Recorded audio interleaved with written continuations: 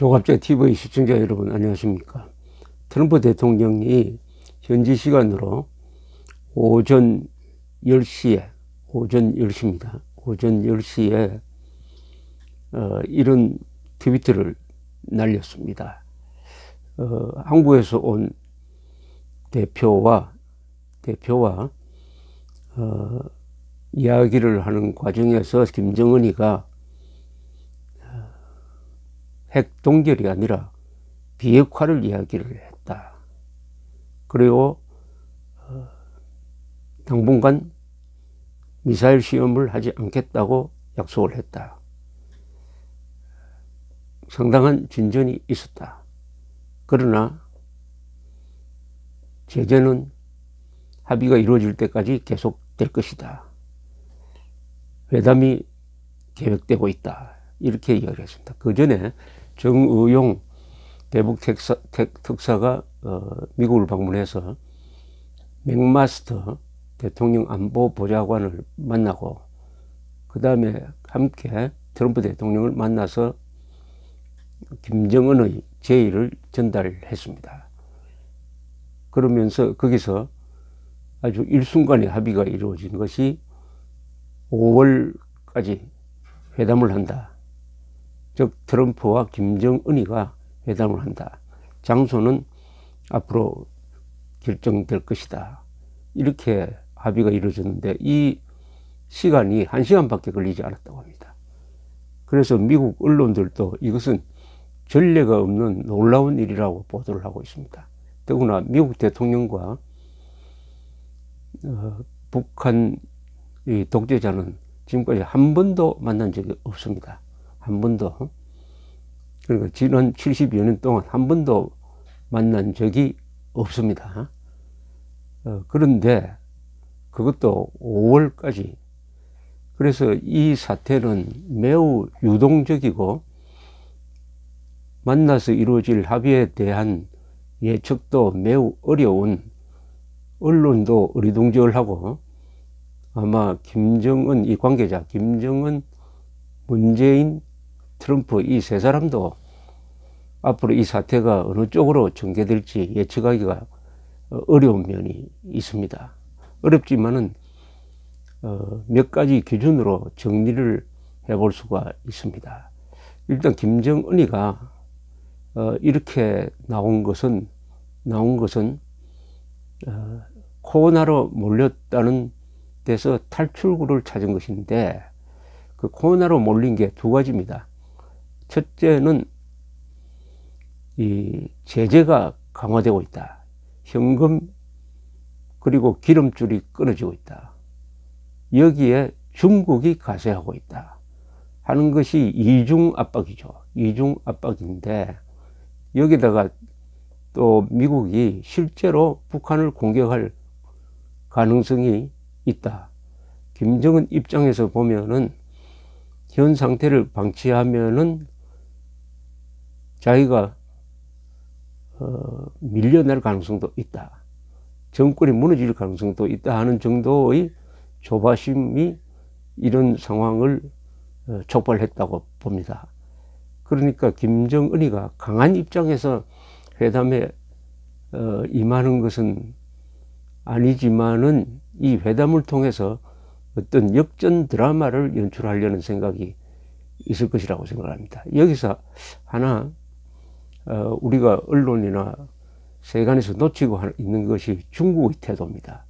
중국이 트럼프 대통령으로부터 강한 압박을 받으면서 북한에 대한 태도를 바꾸고 있습니다. 그러니까 동맹국이 아니라, 동맹국이라면은 기름을 끊을 수가 없는 것이죠. 기름을 끊는다는 것은 사실은 선전포고에 해당하고 적대국에 대해서 하는 것입니다.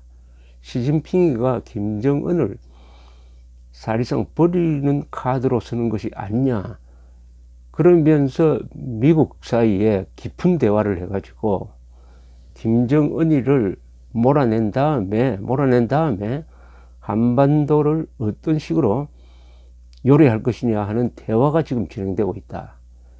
그러니까 시진핑은 또 하나 걱정하는 것이 북한이 무너졌을 때 난민이 쏟아지는 것보다는 북한의 핵미사일이 북경을 위협할 가능성도 있다. 북경은 워싱턴보다 더 가깝습니다.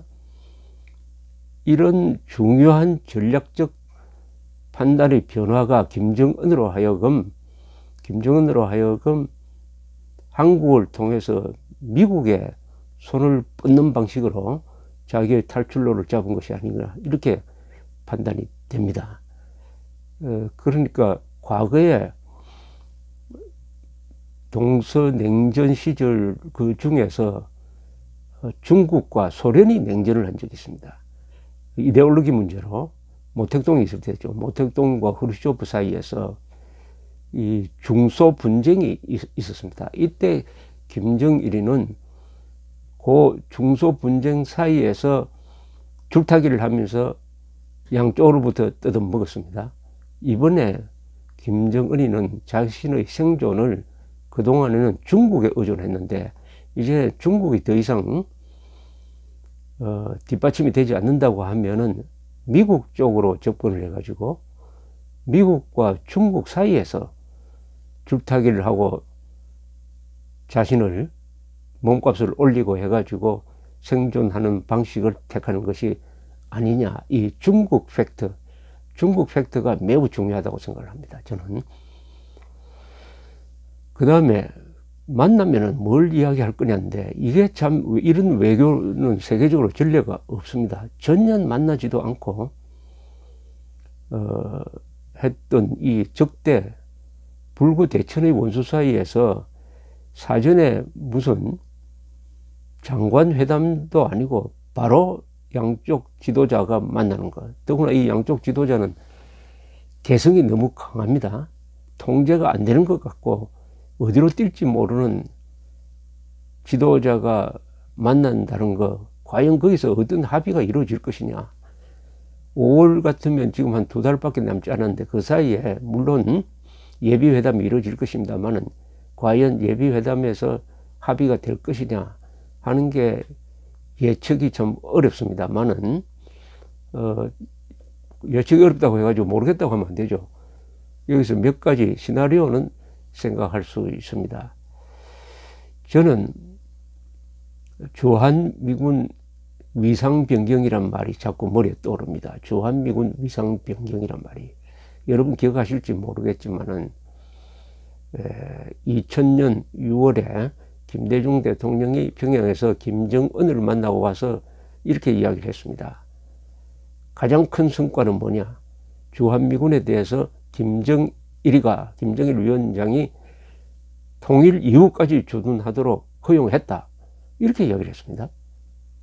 그래서 큰 문제가 해결됐다. 그 말이 사실임이라면 정말 큰 문제가 하나 해결된 거죠.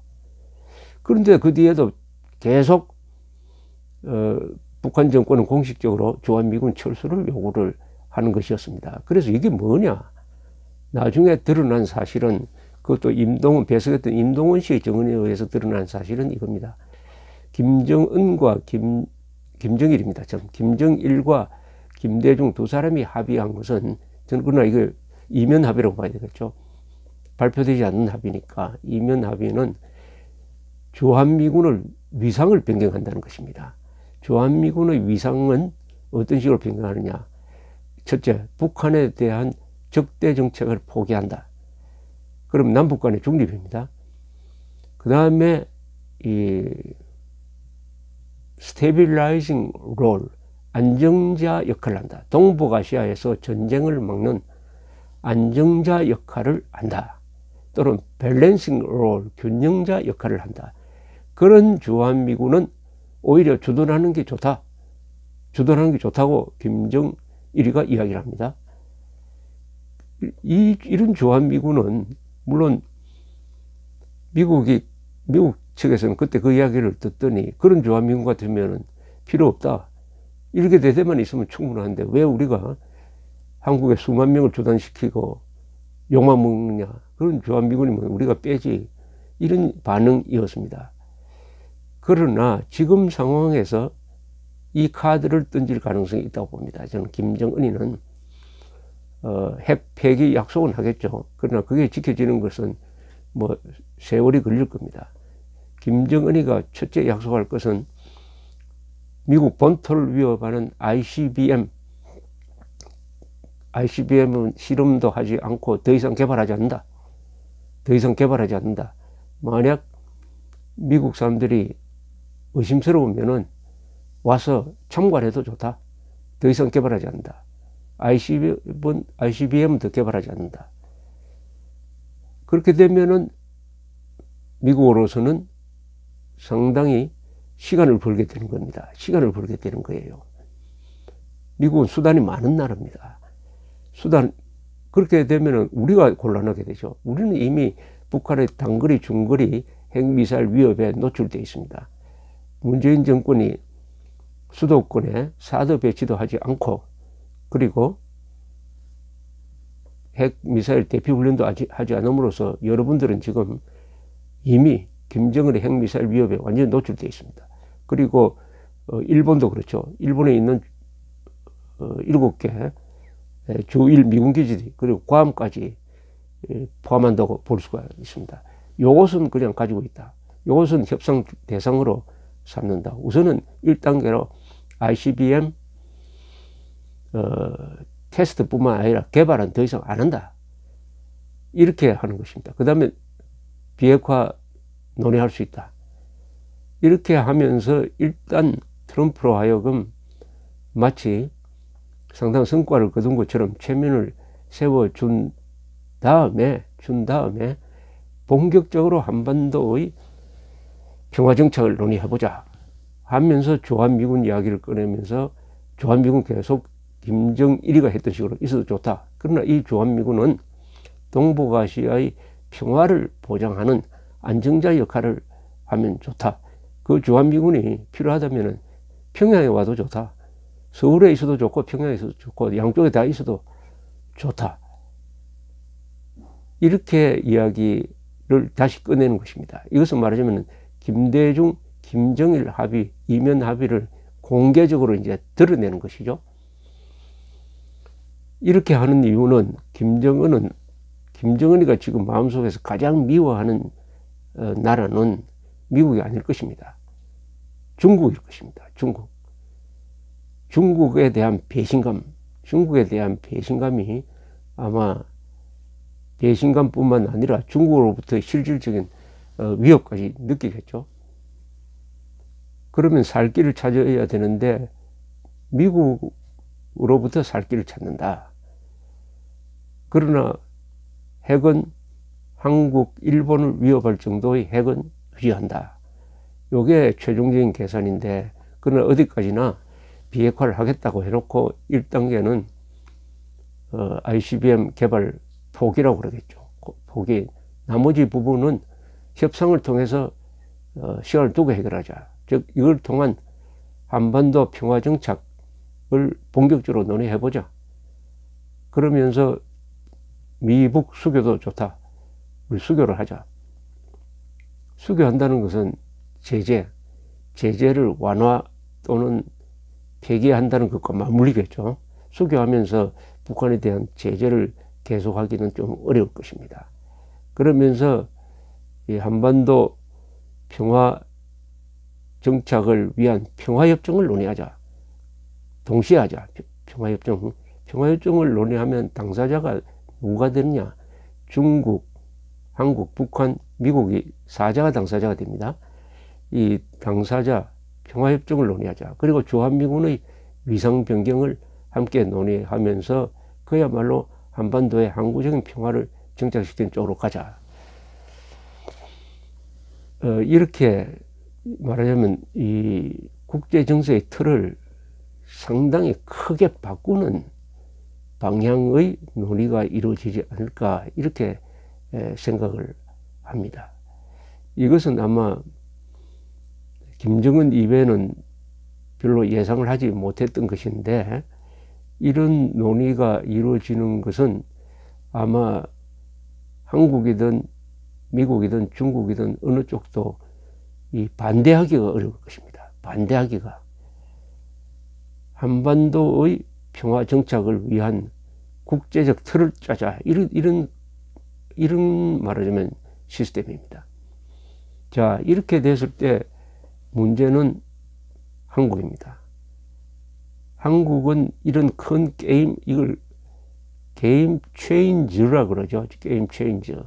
말하자면 한반도의 평화 정착이라는 이 키워드를 게임 체인저, 게임의 규칙을 바꾸는 걸로 던져놓고, 그 다음에는 그렇게 되면 자연히 회담 국면으로 갑니다. 회담 국면으로. 회담 국면으로 가면은 제재는 어렵습니다. 제재를 유지하는 것은 매우 어렵습니다. 그러면 여기서 한국의 입장은 뭐가 되느냐 하는 것은 문재인 정권의 이념적 성격과 관계가 있습니다. 문재인 정권 내부에는 주사파 또는 김일성주의자가 있다고 비판되고 있고, 거기에 대한 반론이 없습니다. 과거에 주사파였던 운동권 했던 사람들이 상당수 있는 것은 분명하고, 이 대북 정책에 영향을 미치고 있다고 보고, 문재인 대통령도 영향을 받고 있다고 봅니다. 이 사람들의 머릿속에는 어떻게 보면 주적이 대한민국 주류 세력이죠. 이승만, 박정희가 주적입니다. 김일성, 김정일, 김정은이 아니라. 그리고 북한에 대한 경계심이 없어요. 북한에 대한 경계심이. 단적으로 드러나는 게 핵미사일 대피 훈련을 하지 않고 있다는 사실 아니겠습니까? 그러면서 북한을 군사적으로 미국이 공격하는 것은 반대한다. 이것은 김정은 한 사람의 안전을 5천만 국민들의 안전보다 더 중요하게 생각한다는 확실한 증거입니다. 그런 생각을 뒷받침하는 게 이런 사람들이 가지고 있는 가치관인 것입니다. 그렇다면은 이런 한반도 평화정착이라는 이 구도를 짜는 과정에서 과연 국가 이익을 지킬 것이냐. 국가 이익의 핵심은 이겁니다. 5천만 국민의 생명, 재산, 자유입니다. 생명, 재산, 자유입니다. 특히 자유죠. 자유 중에 제일 중요한 것은 안보입니다. 생명, 재산, 자유를 누릴 수 있는 안보를 지키느냐, 그리고 대내적으로는 자유민주주의 체제를 지키느냐 하는 것인데, 이 거대한 게임 속에서 한국의 안보, 그리고 국민이 누리는 자유를 양보하거나 희생시킬 가능성이 충분하다고 봅니다. 문제는 그것을 지킬 의지가, 대한민국의 안전과 국민의 자유를 지킬 의지가 원천적으로 결여되어 있는 사람들이 여기에 참여하고 있기 때문입니다. 우리 국민들이 호랑이한테 물려가도 정신만 차리면 된다고 하듯이 지금 정신 차려야 될 부분이 바로 그 부분인 것입니다. 우리의 생명, 재산, 자유를 희생시키느냐 않느냐, 대한민국을 북한 정권에 종속시키는 쪽으로 갈 거냐 안 갈 거냐 하는 것을 면밀하게 검토해 보면서, 이게 모든 것이 김정은 독재 정권의 영구적 존속을 보장하는 쪽으로 결말이 나는 것 아니냐, 이거죠. 이걸 우리가 관찰해야 된다고 생각합니다. 그 다음 두 번째는 중국의 반응입니다. 중국은 한 방 맞은 기분이 들 것입니다. 김정은을 버리는 카드로 사용했는데 김정은이가 미국 쪽으로 튀었다. 미국 쪽으로 튀었다 하면은 지금 시진핑의 머리가 상당히 복잡할 것입니다. 시진핑의 머리가 복잡할 거예요. 그래서 어떻게 나오느냐 하는 것이 아주 궁금합니다. 궁금합니다.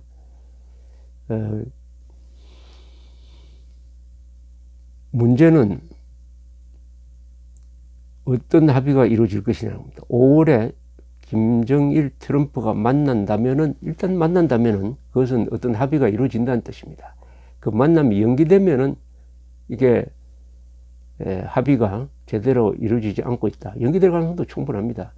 어쨌든 지금부터 장관 레벨의 회담이 예비 회담이 있어야 됩니다.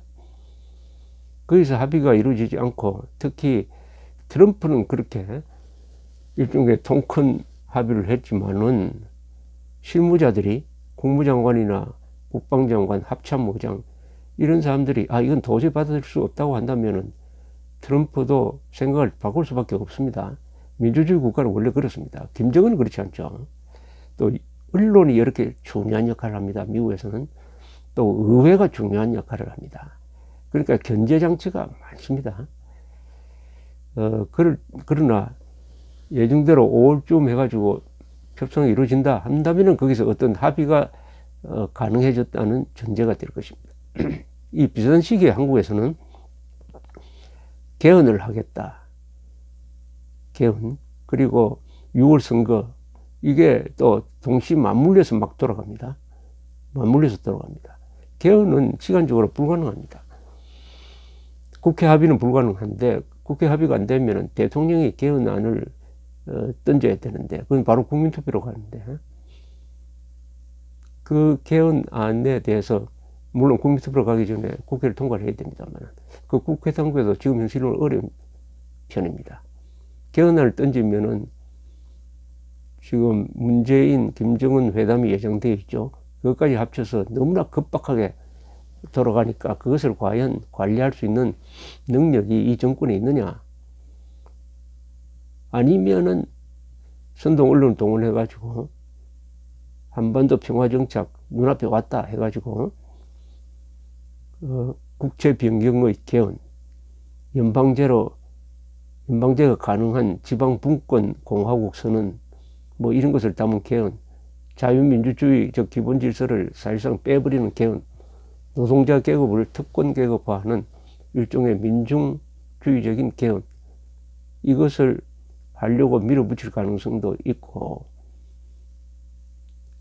지지율이 뭐 폭등한다든지 해가지고 국민들이 들떠 있으면은 글쎄요 지금 자유한국당이 버티지 못할 가능성도 저는 없지 않다고 봅니다. 이것도 이 깨어있는 국민들이 어떤 식으로 영향력을 행사하느냐에 따라서 달라질 것이라고 생각을 합니다. 자, 그러면은 이 핵개발의 가장 원초적인 문제로 한번 돌아가 보겠습니다. 핵개발을 한 것이 북한 노동당 정권이 자기 체제를 지키기 위해서 한 면도 있지만 보다 근원적으로는 적화 통일을 위한 무기입니다. 적화 통일을 위한 무기입니다. 왜냐하면은 북한의 핵무기와 남한의 종북 세력을 결합시키면은 전쟁을 하지 않아도 먹을 수 있다. 먹어치울 수 있다. 대한민국을 먹어치울 수 있다. 하는 것이 북한의 기본적 전략입니다. 핵무기는 전략적 무기입니다. 그리고 남한에 있는 종북 세력은 정치적 무기입니다. 이 전략 무기와 정치적 무기를 결합시키면은 남한의 이 약화된 자유민주 진영을 코너로 몰고 더구나 한미 관계를 이간질시키고 해서 대한민국에 말 잘 듣는 용공정권을 세울 수 있고 그 용공정권과 연방제 통일을 논의할 수 있다. 연방제 통일을 논의할 수 있다. 그러면서 핵은 포기하지 않는다. 한국과 일본을 위협할 정도의 핵은 항상 가지고 있다. 그러면은 연방제 통일을 통해서 북한이 주도권을 잡을 수가 있다. 이 과정에서 국가보안법 폐지를 함으로써 한국 안에서 공산주의 활동을 공개적으로 보장하고 오히려 반북 활동을 억제하는 이런 대전략을 가지고 핵개발을 한 것입니다. 그러니까 핵개발은 대한민국 소멸용입니다. 대한민국이 국력에서 경제력 기준으로 50배나 있는 이 대한민국 존재하는 한 김정은 북한 노동당 정권은 체제 유지가 안 된다는 것을 너무나 잘 알고 있을 것입니다. 대한민국을 없애야 된다. 이 꿈을 과연 버리겠느냐? 이걸 버리겠느냐? 이걸 계속 추진하는 것과 이번에 미국과 수교하는 것은 그러면 어떤 함수관계에 의해서 이루어질 것이냐 하는 것은 사실은 불확실하고 지금 2단계에서 함부로 이렇게 될 것이다 저렇게 될 것이다 예측하는 것보다는 우리가 뭘 할 거냐 하는 것이죠. 이런 모든 이야기는 결국 한반도로 돌아가고 대답은 나는 그럼 이런 상황에서 뭘 할 거냐 이렇게 되는 것이죠. 분석은 충분하다. 그러나 우리는 지금 뭘 할 거냐 하면은 기본적으로 돌아오는 게 있습니다. 그것은 이승만 대통령이 했던 이야기로 다시 돌아옵니다. 공산주의는 호열자와 같다. 인간은 호열자와 같이 살 수 없다. 우리는 북한 노동당 정권과 같이 사는 연방제 통일은 불가능합니다. 살인 강도를 안방으로 불러들여 가지고 동거하는 것은 불가능하죠. 또 한반도의 게임의 본질은 뭐냐? 김정은 일당과 한민족 전체의 대결입니다. 이건 남북 대결이 아닙니다. 김정은과 7,500만 한민족의 대결입니다. 김정은 집단은 민족 반역 세력입니다. 전쟁 범죄자입니다. 반인류 범죄자입니다. 이 세력들이 자기의 생존을 위해서 무슨 짓을 하든지 우리 민족의 적입니다. 그래서 이런 큰 그림 속에서 그러나 김정은 정권은 역사에 반하는 세계사의 흐름에 반하는 정권입니다. 말하자면 북한 안에서의 내부 변화가 중요한 거죠. 이런 게 다 성공적으로 이루어지더라도 거기서 민중봉기가 일어난다든지 해가지고 군사 쿠데타가 일어나서 밀려나면은 또 다른 게임이 전개되는 것입니다. 그러니까 우리는 어쨌든 북한 주민들, 노예 상태로 살고 있는 북한 주민들을 우리 편으로 삼아가지고 어떻게 하든지 김정은을 몰아내는 것이 핵 문제의 근원적 해결이다 하는 이 점을 절대로 놓쳐서는 안 됩니다. 이런 목표를 버린다면은 특히 한국의 자유진영이 지금 위기를 느끼고 있는 자유진영이 이제는 통일하지 말자. 김정은과 같이 살자. 이런 식으로 약한 입장으로 가버리면은 우선 미국이 한국의 자유진영을 버리게 될 것입니다. 한국의 자유진영, 문명건설 세력입니다. 문명건설 세력은 세계사의 흐름과 같이 하는 보편적 가치를 가지고 있는 사람들입니다. 역사는 우리 편입니다. 그리고 우리가 살아있다는 것을 보여줘야 합니다. 지난 3월 1일 태극기 집회가 바로 그런 것이죠. 그렇게 해야 미국이 북한과 거래할 때 대한민국에 있는 절대 다수의 자유를 사랑하는 친구들이 있으니까 저 사람들을 배신해서는 안 된다는 것을 알게 되는 것이죠. 알게 되는 것인데 어쨌든 다시 이야기를 원점으로 돌리면은 트럼프 대통령은 두 가지는 분명히 했습니다. 북한이 비핵화를 약속했다. 핵동기를 약속한 것이 아니다. 비핵화를 약속했다. 그러면 만나보겠다. 그러나 합의가 이루어질 때까지 제재는 계속한다. 이 정신에 충실한다. 그런데 그 합의가 어떤 합의가 이루어질 것이냐, 합의가 언제 이루어질 것이냐 하는 것은 아마 회담을 하면서 나타날 것입니다. 지금은 상당히 엄중한 시기이기도 하고 이런 시기는 위기와 찬스가 같이 있습니다. 위기라는 한자 속에 그 위자는 위험하다는 뜻이고 기자는 기회라는 뜻 아니겠습니까? 그러니까 이때는 자주정신이 강한 사람들이 주인된 입장으로 주권자의 입장에서 세상 돌아가는 것을 긴밀하게 관찰하면서 적극적으로 발언하고 행동하고 그런 사람이 다 모이면은 이 나라를 지켜낼 수가 있습니다. 수위루 조천리란 말이 있습니다. 한 구석을 지키는 사람이 많으면 결국 천리를 비치게 된다. 이 방송을 듣는 여러분들 한 분 한 분들이 지킬 구석이 있을 것입니다. 없으면 한번 찾아보십시오. 같이 나라를 지킵시다. 감사합니다.